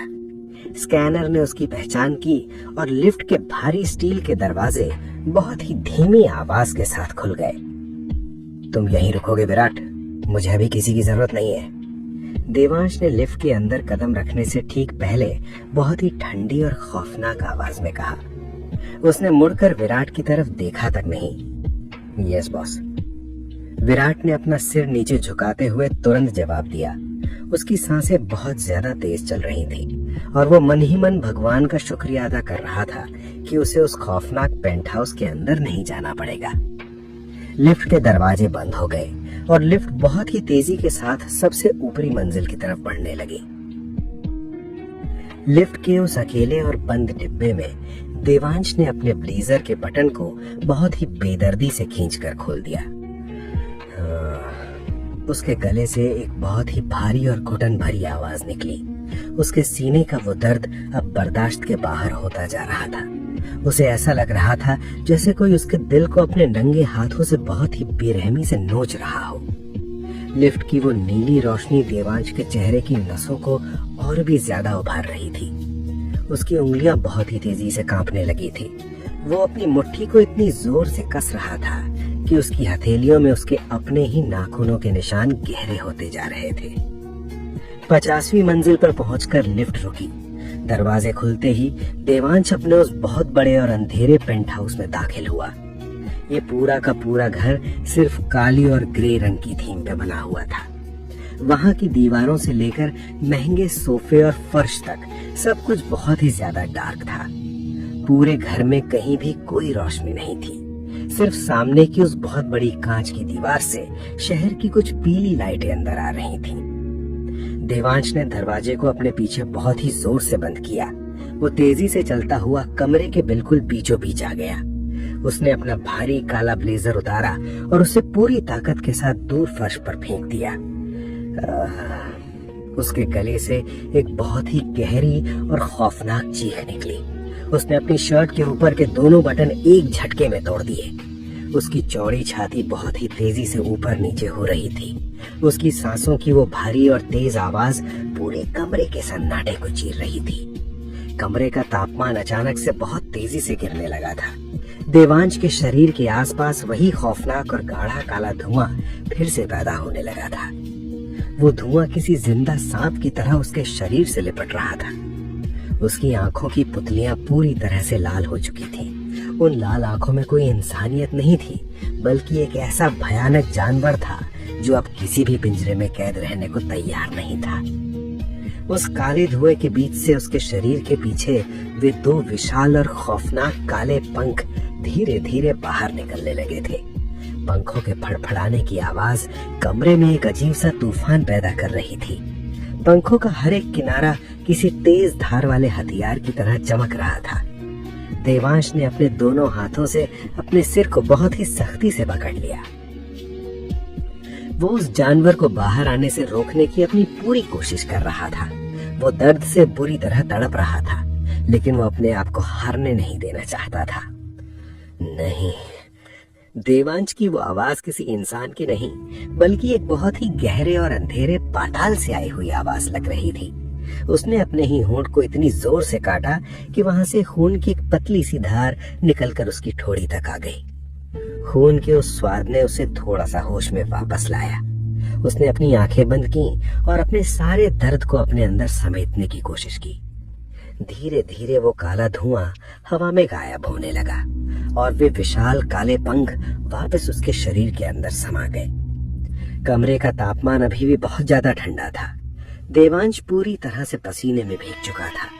वो बहुत ही थके हुए कदमों के साथ उस बड़ी सी कांच की खिड़की के पास गया और अपने माथे को उस ठंडे कांच पर टिका दिया। शहर की सारी रोशनी उसके सामने थी, लेकिन उसकी आंखों में सिर्फ एक ही चेहरा था, तान्या का। वो डरा हुआ, मासूम और खूबसूरत सा चेहरा। देवांश को बहुत अच्छी तरह से याद था कि आज से ठीक 3 साल पहले उसने गॉडफादर के साथ क्या समझौता किया था। उसे तान्या से पूरे 3 साल तक दूर रहना था। उसे तान्या की जिंदगी में कोई दखल नहीं देना था। ये उस खौफनाक दुनिया का एक बहुत ही सख्त नियम था, जिसे वो चाह कर भी तोड़ नहीं सकता था। लेकिन आज उन 3 सालों का वो सब्र पूरी तरह से टूट चुका था। तान्या के करीब होने का वो एहसास, उस बालकनी से आती हुई उसकी वो मीठी महक देवांश के अंदर के उस शैतान को अब और ज्यादा भूखा बना रही थी। उसने अपना दाहिना हाथ उठाया और कांच की उस मोटी दीवार पर बहुत ही जोर से एक मुक्का मारा। कांच की दीवार तो नहीं टूटी, लेकिन देवांश की उंगलियों के पोर छिल गए और वहां से लाल खून बहने लगा। हाँ, देवांश ने दर्द की कोई परवाह नहीं की। उसने अपनी उन लाल और सुलगती हुई आंखों से रात के उस अंधेरे आसमान को देखा। अब उसे कोई परवाह नहीं थी कि गॉडफादर क्या करेगा या उस दुनिया के नियम क्या है। उसे बस अपनी वो चीज चाहिए थी जिस पर सिर्फ और सिर्फ उसका अधिकार था। मैरिज हॉल के अंदर का माहौल अब पूरी तरह से बदल चुका था। मंडप के बीचों बीच जलती हुई उस पवित्र आग की लपटें बहुत ऊंची उठ रही थी। आग की वो तेज गर्मी और उससे उठने वाला धुआं तान्या की आंखों में एक अजीब सी चुभन पैदा कर रहा था। अग्नि और अक्षत उस पवित्र आग के सामने बैठे हुए थे। पंडित जी बहुत ही तेज आवाज में संस्कृत के मंत्र पढ़ रहे थे। अक्षत ने अग्नि का हाथ बहुत ही मजबूती के साथ अपने हाथों में पकड़ा हुआ था। अग्नि का सिर अभी भी झुका हुआ था, लेकिन अक्षत की नजरें लगातार आग की उन लपटों पर टिकी हुई थी। तान्या मंडप से कुछ दूरी पर एक खंबे के सहारे खड़ी थी। उसकी नजरें उस जलती हुई आग पर पूरी तरह से गड़ी हुई थी। वो आग उसकी आंखों के सामने एक बहुत ही भयानक और डरावना अतीत लेकर आ रही थी। आज से ठीक 3 साल पहले वो भी बिल्कुल इसी तरह एक भारी लाल जोड़े में सजी हुई एक ऐसे ही मंडप पे बैठी थी। उसके सामने भी बिल्कुल वैसी ही आग जल रही थी। उफ, तान्या ने अपनी आंखें बंद कर ली, लेकिन वो यादें उसका पीछा नहीं छोड़ रही थी। उसे वो खौफनाक सन्नाटा याद आ रहा था जो उसकी शादी के दिन उस मंडप में पसरा हुआ था। वहाँ कोई हंसी नहीं थी, कोई खुशी नहीं थी, सिर्फ कुछ गंभीर और डरे हुए चेहरे थे। उसे अपने उस पति का चेहरा आज भी ठीक से याद नहीं था। उसने पूरे वक्त अपना सिर नीचे झुकाए रखा था। उसे सिर्फ उस इंसान की मौजूदगी का वो भयानक और ठंडा एहसास याद था। जब उस अजनबी ने उसका हाथ पकड़ा था तो तानिया का पूरा शरीर बर्फ की तरह जम गया था। वो स्पर्श बिल्कुल वैसा ही था जैसा कल रात उस काले साए का था। ठंडी और बेजान उंगलियां जिनमें ताकत तो बहुत थी, लेकिन कोई इंसानियत नहीं थी। तानिया की सांसें बहुत ही ज्यादा उखड़ने लगी थी। उसके माथे पर पसीने की ठंडी बूंदें चमक रही थी। उसे ऐसा लग रहा था जैसे वो मंडप की आग फिर से उसके आसपास जल रही है और वो हमेशा के लिए उस भयानक रिश्ते में कैद हो रही है। अचानक तानिया को अपने ठीक पीछे एक बहुत ही भारी और ठंडी हवा का झोंका महसूस हुआ। वो हवा इतनी ज्यादा तेज थी कि उसने तानिया के भारी लहंगे को भी हिला दिया था। हवा की उस झोंके के साथ ही वहाँ वही जानी पहचानी और खतरनाक महक फैल गई। तानिया का दिल एक सेकंड के लिए पूरी तरह से रुक गया। उसने बहुत ही घबराहट के साथ अपनी गर्दन को पीछे की तरफ घुमाया। वहाँ हॉल के दरवाजे के पास कोई नहीं खड़ा था, लेकिन वो एहसास इतना ज्यादा मजबूत था कि तानिया अपनी जगह से हिल भी नहीं पा रही थी। तानिया के होठों से एक बहुत ही कांपती हुई आवाज निकली। उसने अपने दोनों हाथों से अपने चेहरे को ढक लिया। वो अब इस खौफ को अब और ज्यादा बर्दाश्त नहीं कर सकती थी। उसे वहां से भाग जाने का मन कर रहा था, लेकिन उसके पैर जमीन से चिपक गए थे। पंडित जी ने अक्षत और अग्नि को 7 फेरे लेने के लिए खड़े होने का आदेश दिया। अक्षत ने बहुत ही आराम से अपनी जगह से उठकर अग्नि का हाथ थामा और उसे भी अपने साथ खड़ा कर लिया। अक्षत ने अग्नि को अपनी तरफ खींचा और बहुत ही धीमी आवाज में उसके कान के पास कुछ ऐसा कहा जिसे सिर्फ अग्नि ही सुन सकती थी। अग्नि का पूरा शरीर एक पल के लिए कांपा, लेकिन फिर उसने अपना सिर नीचे झुकाते हुए अक्षत के साथ कदम बढ़ाना शुरू कर दिया। फेरों के साथ साथ तानिया की बेचैनी और भी ज्यादा बढ़ती जा रही थी। उसे अभी यकीन हो गया था कि कोई न कोई उसे बहुत ही गहराई से लगातार देख रहा है, कोई ऐसा जिसके पास एक बहुत ही भयानक ताकत है। देवांश ने अपने उस पेंट हाउस के उस कांच की दीवार से अपना माथा हटा लिया। उसके होठों पर एक बहुत ही खौफनाक और ठंडी मुस्कान तैर गई थी। उसके हाथों से अभी भी खून की कुछ बूंदें फर्श पर गिर रही थी, लेकिन उसे इसका कोई एहसास नहीं था। उसने अपने उस भारी ब्लेजर को वापस फर्श से उठाया और बिना उसे पहने ही अपने कंधे पर डाल लिया। उसकी नजरें बिल्कुल सामने दरवाजे पर टिकी हुई थी। वो बहुत ही नपे तुले और शांत कदमों के साथ दरवाजे की तरफ बढ़ने लगा। हर एक कदम के साथ उसका वो इंसानी रूप वापस लौट रहा था, लेकिन उसकी आंखों के अंदर छिपा वो भयानक जानवर अब पूरी तरह से आजाद हो चुका था। पेंट हाउस का भारी दरवाजा खोलने के बाद देवांश वापस लिफ्ट के अंदर आ गया। उसने ग्राउंड फ्लोर का बटन दबाया और लिफ्ट के बंद होने का इंतजार करने लगा। लिफ्ट के दरवाजे बंद होते ही देवांश ने अपनी उन सुलगती हुई लाल आंखों को बंद कर लिया। वो अब तानिया की उस मीठी और डरी हुई महक को बहुत ही करीब से महसूस करना चाहता था। बेसमेंट में पहुंचते ही लिफ्ट खुली। विराट अभी भी कार के पास ही खड़ा हुआ था और बुरी तरह से कांप रहा था। देवांश को वापस आते देखकर विराट की जान में जान आई, लेकिन देवांश के चेहरे का वो खौफनाक रूप देखकर उसकी सांसें फिर से अटक गईं। मैरिज हॉल वापस चलो विराट, इसी वक्त। देवांश की आवाज में अब कोई आदेश नहीं था, बल्कि एक ऐसी भयानक जिद थी जिसे दुनिया की कोई भी ताकत नहीं रोक सकती थी। विराट ने तुरंत कार का दरवाजा खोला और देवांश खामोशी के साथ अंदर बैठ गया। कार एक बार फिर से रात के उस गहरे अंधेरे में एक भूखे शिकारी की तरह अपने शिकार की तरफ बहुत ही तेज रफ्तार से निकल पड़ी। एपिसोड 5, शैतान का वापस आना और खौफनाक रात। मंडप के बीचों बीच जल रही उस पवित्र आग की लपटें अब और भी ज्यादा ऊंची उठने लगी थी। आग से निकलने वाली वो तेज गर्मी और धुएं का गुबार तानिया की खूबसूरत और बड़ी आंखों में एक अजीब सी चुभन पैदा कर रहा था। उसकी पलकें बार बार झपक रही थी और उसकी आंखों के किनारों पर धुएं की वजह से पानी की कुछ हल्की बूंदें उभर आई थी। हवा में गूंजते हुए वो भारी संस्कृत के मंत्र तानिया के दिमाग की नसों को बहुत ही बुरी तरह से उलझा रहे थे।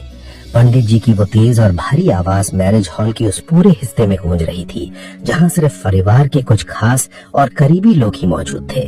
बाकी सारे मेहमान बाहर हॉल में खाने और जश्न मनाने में व्यस्त थे। तानिया अपनी जगह पर बिल्कुल खामोश और स्थिर खड़ी हुई थी। उसकी नजरें मंडप में बैठे अक्षत और अग्नि पर ही खड़ी हुई थी। अक्षत ने अग्नि का हाथ इतनी ज्यादा मजबूती से पकड़ा हुआ था कि अग्नि की उंगलियों के पोर हल्की लाल पड़ने लगे थे। अक्षत के गले से एक बहुत ही धीमी और अधिकार भरी आवाज निकली जब पंडित जी ने उन्हें साथ में और आखिरी फेरे के लिए खड़े होने का इशारा किया। अक्षत ने बिना अपनी नजरें अग्नि के चेहरे से हटाए उसे अपने साथ खड़े होने पर मजबूर कर दिया। अग्नि का पूरा शरीर उस भारी लाल जोड़े में हल्का सा कांप रहा था, लेकिन उसने अक्षत के साथ कदम बढ़ाना शुरू कर दिया। तानिया के लिए ये सब देखना बर्दाश्त के बाहर होता जा रहा था। उसे ऐसा लग रहा था जैसे वो मंडप और वो आग अक्षत और अग्नि के लिए नहीं, बल्कि उसके अपने उस भयानक अतीत के लिए जल रही है। आज से ठीक 3 साल पहले की वो काली रात उसकी आंखों के सामने एक डरावनी फिल्म की तरह बार बार घूम रही थी। उसके सीने में एक बहुत ही अजीब और भयानक सा दर्द उठने लगा था। ये दर्द सिर्फ उन पुरानी यादों का नहीं था, बल्कि हवा में मौजूद उस एक खास और डरावनी महक का भी था, जिसने पल पल और भी ज्यादा गहरी होती जा रही थी। ये वही महक थी जिसने पिछली रात उसके पूरे कमरे को एक खौफनाक बर्फ खाने में बदल दिया था। उफ! तानिया के सूखे और कांपते हुए होठों से एक बहुत ही दबी सी आवाज निकली। उसने अपने भारी लहंगे को अपने दोनों हाथों से थोड़ा सा ऊपर उठाया। उसे इस मंडप और इस भीड़ के बीच अब बहुत ही ज्यादा घुटन महसूस हो रही थी। उसका दिल इतनी ज्यादा तेजी से धड़क रहा था कि उसे अपनी सांसें लेने में भी बहुत ज्यादा तकलीफ हो रही थी। उसने अपनी कांपती हुई नजरों से एक आखिरी बार मंडप की तरफ देखा और फिर बहुत ही तेजी के साथ पीछे मुड़ गई। उसे किसी भी कीमत पर वहां से निकलकर किसी खुली और शांत जगह पर जाना था, जहां वो ठीक से सांस ले सके। उसके कदम बहुत ही ज्यादा नर्वस और डरे हुए थे। वो हॉल की उस भारी भीड़ और शोर शराबे से बचती हुई एक बहुत ही लंबे और सुनसान से कॉरिडोर की तरफ मुड़ गई। ये कॉरिडोर मैरिज हॉल के पिछले हिस्से की तरफ जाता था, जहाँ एक बहुत बड़ा और शांत बगीचा बना हुआ था। उस कॉरिडोर में रोशनी बहुत ही ज्यादा कम थी। दीवारों पर लगे हुए पीले रंग के छोटे लैंप एक बहुत ही धुंधली और डरावनी सी रोशनी फैला रहे थे। उसके भारी कदमों की आहट उस खाली कॉरिडोर के सन्नाटे में एक अजीब सी गूंज पैदा कर रही थी। उसने अपना बायां हाथ दीवार पर टिका दिया और अपनी सांसों को सामान्य करने की कोशिश करने लगी। उसका पूरा शरीर किसी सूखे पत्ते की तरह बहुत ही बुरी तरह से कांप रहा था। उसके माथे पर पसीने की ठंडी बूंदें चमक रही थीं, जो धुंधली रोशनी में भी साफ देखी जा सकती थी। तानिया बहुत ही भारी और गहरी सांसें ले रही थी। उसे समझ नहीं आ रहा था कि उसे अचानक से इतनी ज्यादा घबराहट क्यों हो रही है। वो खुद को बार बार ये समझाने की कोशिश कर रही थी कि वो बिल्कुल सुरक्षित है और ये सिर्फ उसकी अपनी ही दिमागी थकान का नतीजा है। लेकिन उसका वो मासूम दिल उसकी इस बात को मानने के लिए बिल्कुल भी तैयार नहीं था। वो महक अब उस कॉरिडोर की हवा में भी बहुत ही तेजी से फैलने लगी थी। एक ऐसी महक जो किसी गहरे अंधेरे और मौत जैसी ठंडक का एहसास दिला रही थी। दूसरी तरफ मैरिज हॉल के मुख्य द्वार के ठीक बाहर एक बहुत ही भारी और खौफनाक सन्नाटा छाने लगा था। बाहर मौजूद लोगों की हंसी और बातचीत अचानक से हवा में ही रुक गई थी। हर किसी की नजरें उस काले रंग की चमकचमाती कार पर जाकर टिक गई थी, जो अभी अभी किसी खौफनाक तूफान की तरह वहां आकर रुकी थी। कार के रुकते ही पहियों से निकलने वाली वो तेज और डरावनी आवाज वहां मौजूद गार्ड्स के दिलों में एक अजीब सा खौफ पैदा कर गई थी। विराट ने बहुत ही कांपते हुए हाथों के साथ कार का दरवाजा खोला और खुद तेजी से बाहर आ गया। उसने जल्दी से पीछे का दरवाजा खोला और अपना सिर नीचे झुका लिया। देवांश बहुत ही शांत और सधे हुए कदमों के साथ कार से बाहर निकला। उसके बाहर आते ही वहां की हवा का तापमान अचानक से बहुत तेजी से नीचे गिरने लगा था। रात की वो सामान्य सी हवा अचानक से एक बर्फीले और खौफनाक तूफान में बदलने लगी थी। देवांश ने अपने शरीर पर काले रंग की सिर्फ एक शर्ट पहनी थी, जिसके ऊपर के 2 बटन खुले हुए थे। उसके हाथों की आस्तीन ऊपर की तरफ मुड़ी हुई थी, जिससे उसकी बाहों की वो मजबूत और नीली नसें साफ दिखाई दे रही थी। उसके कंधे पर उसका वो भारी ब्लेजर बस यूं ही टंगा हुआ था। उसकी आंखें अभी भी इंसान जैसी लग रही थी, लेकिन उनकी गहराइयों में एक ऐसी सुलगती हुई लाल चमक थी जो किसी को भी पल भर में राख बना सकती थी। देवांश ने बिना किसी की तरफ देखे अपने कदम मैरिज हॉल के उस बड़े और शानदार कांच के दरवाजे की तरफ बढ़ा दिए। मुख्य द्वार पर खड़े गार्ड्स ने देवांश को अंदर जाने से रोकने के लिए अपने हाथ आगे बढ़ाए, लेकिन जैसे ही देवांश ने अपनी उन ठंडी और खौफनाक नजरों से उन्हें देखा, उनके हाथ हवा में ही जम गए। उन गार्ड्स को ऐसा लगा जैसे किसी ने उनकी सांसों की नली को अपने नंगे हाथों से बहुत ही बेरहमी के साथ दबा दिया हो। देवांश बिना रुके उन जमे हुए गार्ड्स के बीच से होता हुआ मैरिज हॉल के अंदर दाखिल हो गया। विराट भी बहुत ही डरे हुए और तेज कदमों के साथ अपने बॉस के पीछे पीछे अंदर आ गया। हॉल के अंदर का शोर और वो तेज म्यूजिक अभी भी जारी था, लेकिन देवांश उस भीड़ की तरफ बिल्कुल भी नहीं गया। वो अपनी आंखें बंद किए बिना ही हवा में मौजूद उस एक खास और मीठी महक को बहुत ही गहराई के साथ महसूस कर रहा था। तान्या की वो डरी हुई और कांपती हुई महक सीधे देवांश के दिमाग की नसों से टकरा रही थी। देवांश के गले से एक बहुत ही खौफनाक और गहरी आवाज निकली। उसने अपने कदमों की दिशा उस भारी भीड़ से मोड़कर हॉल के उस शांत और अंधेरे हिस्से की तरफ कर ली, जहां से वो सुनसान कॉरिडोर शुरू होता था। विराट को समझ नहीं आ रहा था कि देवांश किस तरफ जा रहा है, लेकिन उसकी हिम्मत नहीं हो रही थी कि वो एक भी सवाल पूछ सके। देवांश के हर एक कदम के साथ उस मैरिज हॉल के संगमरमर के फर्श पर एक बहुत ही भारी और डरावनी आहट पैदा हो रही थी। देवांश की वो लंबी और चौड़ी परछाई फर्श पर किसी खौफनाक राक्षस की तरह रेंगते हुए आगे बढ़ रही थी। उस परछाई में एक अजीब सी हलचल थी, जैसे वो परछाई खुद भी कोई जिंदा और खौफनाक चीज हो जो अपने शिकार तक पहुंचने के लिए तड़प रही हो। उस लंबे और सुनसान कॉरिडोर में तान्या अभी भी दीवार के सहारे खड़ी हुई थी। उसने अपनी आंखें बंद की हुई थी और वो अपने दिल की धड़कनों को शांत करने की एक नाकाम कोशिश कर रही थी। तभी अचानक कॉरिडोर के उन पीले लैंप्स की रोशनी बहुत ही तेजी के साथ झपकने लगी। रोशनी की इस तरह से झपकने से तान्या एकदम से सतर्क हो गई। उसने झटके से अपनी आंखें खोली और घबराहट में चारों तरफ देखने लगी। पूरा कॉरिडोर कभी पूरी तरह से अंधेरे में डूब जाता और कभी उस धुंधली पीली रोशनी में नहा जाता। अब हवा का तापमान इतना ज्यादा गिर चुका था कि तान्या के मुंह से सांस लेते हुए हल्का सा धुआं बाहर निकलने लगा था। उसके रोंगटे पूरी तरह से खड़े हो चुके थे। उसे अब पूरा यकीन हो चुका था कि वो वहाँ अकेली नहीं है। कोई बहुत ही खौफनाक और ताकतवर चीज धीरे धीरे उसकी तरफ बढ़ रही है। उसने अपने कदम वापस मंडप की तरफ मोड़ने की कोशिश की, लेकिन उसके पैर जैसे उस ठंडे फर्श पर पूरी तरह से जम गए थे। उसका शरीर डर के मारे पूरी तरह से सुन्न हो चुका था। तभी उसके कानों में बहुत ही दूर से किसी के भारी कदमों की आहट सुनाई दी। ठक ठक ठक। वे कदम बहुत ही शांत लेकिन एक अजीब से भारीपन के साथ आगे बढ़ रहे थे। हर एक कदम के साथ वो आहट और भी ज्यादा करीब आती जा रही थी। तान्या ने बहुत ही खौफजदा नजरों से उस अंधेरे मोड़ की तरफ देखा जहाँ से वो आहट आ रही थी। कौन है वहाँ? तान्या ने पूरी हिम्मत जुटाते हुए बहुत ही कांपते हुए आवाज में पूछा, लेकिन उसकी उस आवाज का कोई जवाब नहीं आया। बस वे भारी और खौफनाक कदम उसकी तरफ लगातार बढ़ते गए। कुछ ही पलों बाद उस अंधेरे मोड़ से एक बहुत ही लंबा और चौड़ा शरीर बाहर निकला। उस धुंधली और झपकती हुई रोशनी में तान्या उस इंसान का चेहरा ठीक से नहीं देख पा रही थी, लेकिन उसका वो भारी शरीर और उसकी वो डरावनी परछाई तान्या की सांसें रोकने के लिए काफी थी। वो इंसान कोई और नहीं बल्कि देवांश था। वो अपनी पैंट की जेब में अपने दोनों हाथों को डाले हुए बहुत ही शांत और सधे हुए कदमों के साथ तान्या की तरफ बढ़ रहा था। देवांश की वो आंखें जब धीरे धीरे लाल रंग में बदल रही थीं, सीधे तान्या के उस डरे हुए और मासूम चेहरे पर गड़ी हुई थी। तान्या के गले से डर के मारे एक बहुत ही दबी सी चीख निकल गई। उसने अपने कदम तेजी से पीछे की तरफ हटाने शुरू कर दिए। वो उस इंसान से दूर भागना चाहती थी, लेकिन उसका भारी लहंगा और उसका वो डर उसे तेज भागने नहीं दे रहे थे। पीछे हटते हुए अचानक तान्या की पीठ कॉरिडोर की उस ठंडी दीवार से बहुत ही जोर से टकराई। उसके आगे बढ़ने का रास्ता पूरी तरह से बंद हो चुका था। वो दीवार से चिपक कर खड़ी हो गई और अपनी आंखों को पूरी तरह से फाड़े हुए उस खौफनाक इंसान को अपनी तरफ आते हुए देखने लगी। देवांश बहुत ही आराम से चलते हुए तान्या के बिल्कुल करीब आकर खड़ा हो गया। अब उन दोनों के बीच सिर्फ कुछ इंच का फासला बाकी था। देवांश का वो भारी और चौड़ा शरीर तान्या के ऊपर एक बहुत ही भयानक और डरावना सा साया बना रहा था। देवांश के इतने करीब आते ही तान्या की सांसें उसके गले में ही पूरी तरह से अटक गई। उसे वो महक बहुत ही ज्यादा गहराई से महसूस होने लगी थी। ये वही इंसान था, ये वही खौफनाक एहसास था जो पिछले 3 सालों से उसके हर एक सपने को डरावना बनाता आ रहा था। तुम? तान्या के कांपते हुए होठों से बहुत ही मुश्किल से सिर्फ ये एक शब्द बाहर निकल पाया। वो अपनी आंखें देवांश की उन सुलगती हुई लाल आंखों से नहीं हटा पा रही थी। वे आंखें किसी गहरे और खौफनाक पाताल की तरह लग रही थी, जिनमें अगर कोई एक बार गिर जाए तो फिर कभी बाहर नहीं आ सकता।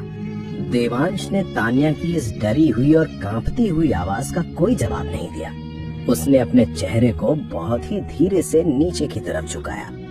अब उसका चेहरा तान्या के चेहरे के बिल्कुल सामने था। देवांश की ठंडी और तेज सांसें तान्या के माथे और उसकी पलकों से टकरा रही थी। तान्या का पूरा शरीर किसी सूखे पत्ते की तरह बहुत ही बुरी तरह से कांप रहा था। वो इस इंसान से दूर भागना चाहती थी, लेकिन देवांश की उस भयानक मौजूदगी के दबाव ने उसके शरीर की सारी ताकत को पूरी तरह से सोख लिया था। देवांश ने अपने जेब से अपना दायां हाथ बाहर निकाला। उसकी उंगलियां बहुत ही ज्यादा लंबी और मजबूत थीं। उसने अपनी उन ठंडी और बेजान सी उंगलियों को बहुत ही नरमी के साथ तान्या के गोरे और कांपते हुए गाल पर रख लिया।